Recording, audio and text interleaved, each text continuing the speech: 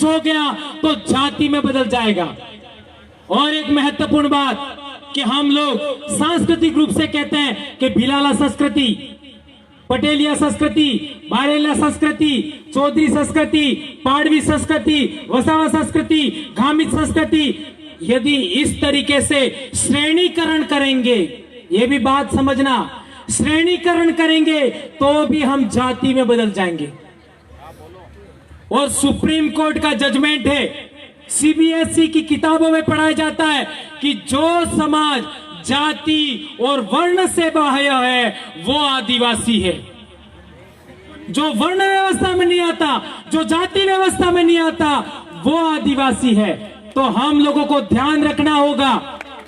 Supreme court का judgement आया AP Sen का, उसमें भी कहा गया है कि आपका जिसके ऊपर Mitakshara school of Hindu law लागू नहीं होता है वो आदिवासी है।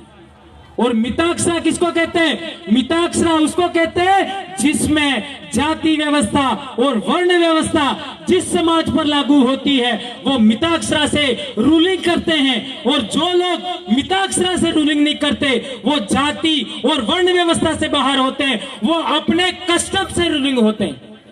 तो आदिवासी वे लोग हैं जो अपने कस्टम्स के द्वारा स्वयं रूलिंग होते हैं। इसलिए ये बहुत टेक्निकल बातें हैं, इन टेक्निकल बातों को हमें समझना होगा। तो मैंने आपको बताया कि हमको अपनी पूजा पद्धति नहीं छोड़ना है, विवाह पद्धति नहीं छोड़ना है, हाट बाजार नहीं छोड़ना है। हम लोगों को हमारी संघर्ष क्षमता खत्म नहीं होनी चाहिए, आपका श्रम करने की क्षमता नहीं होनी चाहिए, खत्म नहीं होनी चाहिए। तो हम लोग वर्ण व्यवस्था में नहीं जाएंगे और ऊंच नीच छुआछूत इसको हमें किसी भी सूरत में हमारे समाज में डेवलपमेंट नहीं होने देना है और श्रेणीकरण भी नहीं होने देना है। ये 5-7 बातें आप लोग मेरा इतना जितनी बातें मैंने बताई उसमें सब भूल जाना, लेकिन उसको याद रखना। इन बातों को ध्यान में रखते हुए आप लोग निर्णय लेने की स्थिति में आइए और भ्रम से बचिए। ये बात हम लोगों को समझना है। तो इतनी बात कह करके मैं अपनी बात समाप्त करता हूं। वनवासी नहीं आदिवासी है हम, वनवासी नहीं आदिवासी है हम, आदिवासी ही नहीं भारत देश के मूल मालिक हैं हम। जय जोहार, जय आदिवासी, जय भील प्रदेश। जय जोहार का नारा है, भारत देश हमारा है। जय जोहार का नारा है, भारत देश हमारा है। कुछ गलत कह दिया हो तो माफी। जय जोहार। ये होनी चाहिए, धर्म की डिमांड नहीं होनी चाहिए। वहां पर झारखंड के आदिवासियों ने सरना धर्म की बात की, मध्य प्रदेश के लोग गोंडी धर्म की बात कर रहे हैं। आज जनजाति के नाम पर हम लोग अलग अलग है, कल धर्म के नाम पे हमेशा के लिए अलग हो जाएंगे। इसलिए पूरे देश के आदिवासियों ने मिलकर एक बात करनी चाहिए कि हम सब लोगों को समान सांस्कृतिक कोड होना चाहिए ताकि पूरे देश के आदिवासी एक जगह आ सके, पूरे विश्व के आदिवासी एक जगह आ सके।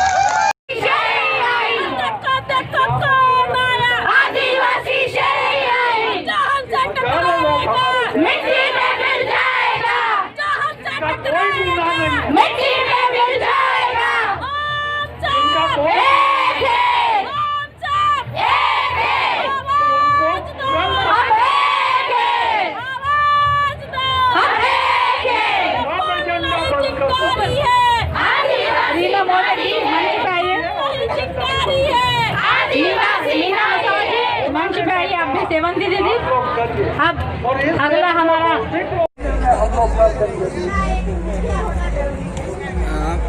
मेरा नाम गोसा पेंटर है। मैं 28 साल से महासम्मेलन की थीम बनाते आया हूँ। इस साल की थीम आपके सामने प्रस्तुत है। जिस आसमां के नीचे सदियों से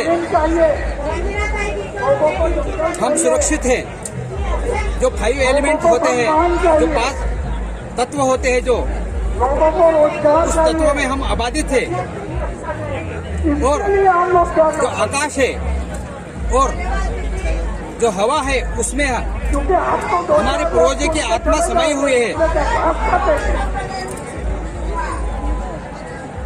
हम पहाड़ को, नदिया को हम बहन समझते हैं, पहाड़ को भाई समझते हैं, और जिस धरती को हम, जिस धरती के हम ये गीत गाते हैं, प्रतिज्ञा के गीत गाते हैं, उस जमीन को हम पूछते हैं, उस जमीन को हम माँ मानते हैं, भला उस माँ को हम बेच सकते हैं? हरगिज नहीं बेच सकते हम। तो हमारा जो यहाँ पर ये पेंटिंग बताई है, इस प्रकार का धरती का जो हमारी धरती माँ है, उसके प्रति ये सब बातें बताई गई हैं। हमारी जो निसर्ग है, प्रकृति है, प्रकृति और हमारा सदियों से गहरा रिश्ता रहा है। यदि प्रकृति को हमें कुछ हो जाए तो प्रकृति प्रलय ला सकते हैं, क्योंकि प्रकृति और हमारा सदियों से गहरा रिश्ता रहा है। ऐसी इस बात में बताई गई है। यहाँ पेंटिंग में बताया गया है जो हमारे आदिवासी जीवन शैली है, वो आत्मनिर्भरता का मिसाल है। यहाँ सब बातें बताई गई हैं जो एक हम आदिवासी, एक महुआ, एक फूल होता है, फूल तक हमको तोड़ते नहीं है, गिरे हुए फूल को हम उठा रहे हैं, महुआ के फूल है। महुआ एक हमारा कल पुरुष है आदिवासी का। यहाँ आत्मनिर्भरता वाली बात आती है। एक तरफ हम हमारे आदिवासी में बोलते हैं छापड़िया में कुआं खोदो, हाँ, जो कोसी कमाई करो, ऐसा जो बोलते हैं, वो यहाँ कुआं पत्थरों की झील बना के हम पानी भर रहे हैं। यहाँ एक उपले से हम उपला बना के हम ये सब बातें, हमारी ये आत्मनिर्भरता वाली बात आती है। यहाँ हमारा ये खुशहाल जीवन है, टोटल जीवन हमारा प्रकृति से खुशहाल जीवन जीते हैं, मगर यहाँ वो जीना हमें किसी को रास नहीं आ रहा है। और हमारे ये विकास के नाम पर हमारे को जमीन से बेदखल कर रहे हैं, विकास पर नाम पर, और हमारी जमीन छीन रहे हैं, और ये विस्थापन के पाले आ रहे हैं। यहाँ पर एक बड़ी सी घड़ी बताई गई है। घड़ी में हमारे पहाड़ भी खींचे जा रहे हैं, पहाड़ खींचे हुए बताए जा रहे हैं, इसमें जमीन खींची हुई यानी घड़ी का मतलब ये समय है, ऐसा बुरा समय चल रहा है।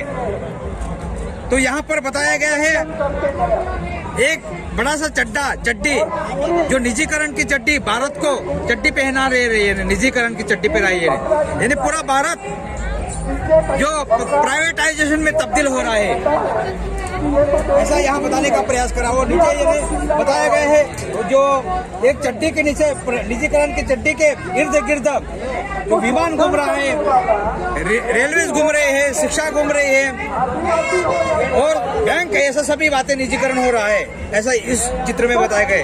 पश्चिमात्य की टोपी पहनाई जा रही है यहाँ पर, पश्चिमात्य की टोपी पश्चिमीकरण हो रहा है, यानी ऐसा ये यहाँ पर बताया गया है। इतना ऐसा करके हमको ये कानून ला के, ऐसा जब जो कानून उसको बोला जाएगा, काला बुरा जो भी कानून बोला जाएगा, वो कानून ला के हमको ब्लैक वर्ड की ओर ये लोग ले जा रहे हैं। जहाँ महामारी है, कोरोना है, मूर्ति के सिवा वहाँ कुछ भी नहीं है। एनवायरमेंट जिसको वातावरण बोलते हैं, वो एनवायरमेंट उसके धज्जियां उड़ चुके हैं। यहाँ एक चित्र में ऐसा बताने का प्रयास किया है, यहाँ पर बताया है ये तीनों काल को यहाँ इंगित किया गया है। यह अतीत बताया है, जो ब्लैक होल बोले जाता है, वो ब्लैक होल से हमारे तारामंडल और सभी ग्रह निर्माण हुए, उसके साथ में हमारी प्रकृति निर्माण हुई। प्रकृति निर्माण होने के बाद में ये धरती, प्रकृति, जीवन सृजन हुआ। पर यहाँ ऐसी परिस्थिति करके, ऐसा कानून बना के करके हमको ब्लैक वर्ड के ले जाके ये जीवन विसर्जन हो रहा है। ऐसा ये पूरा चित्र का मीनिंग है इस साल का। उन्होंने वो भी कह दिया था कि अभी आप लोग मुझे जिंदा नहीं रोक पाओगे।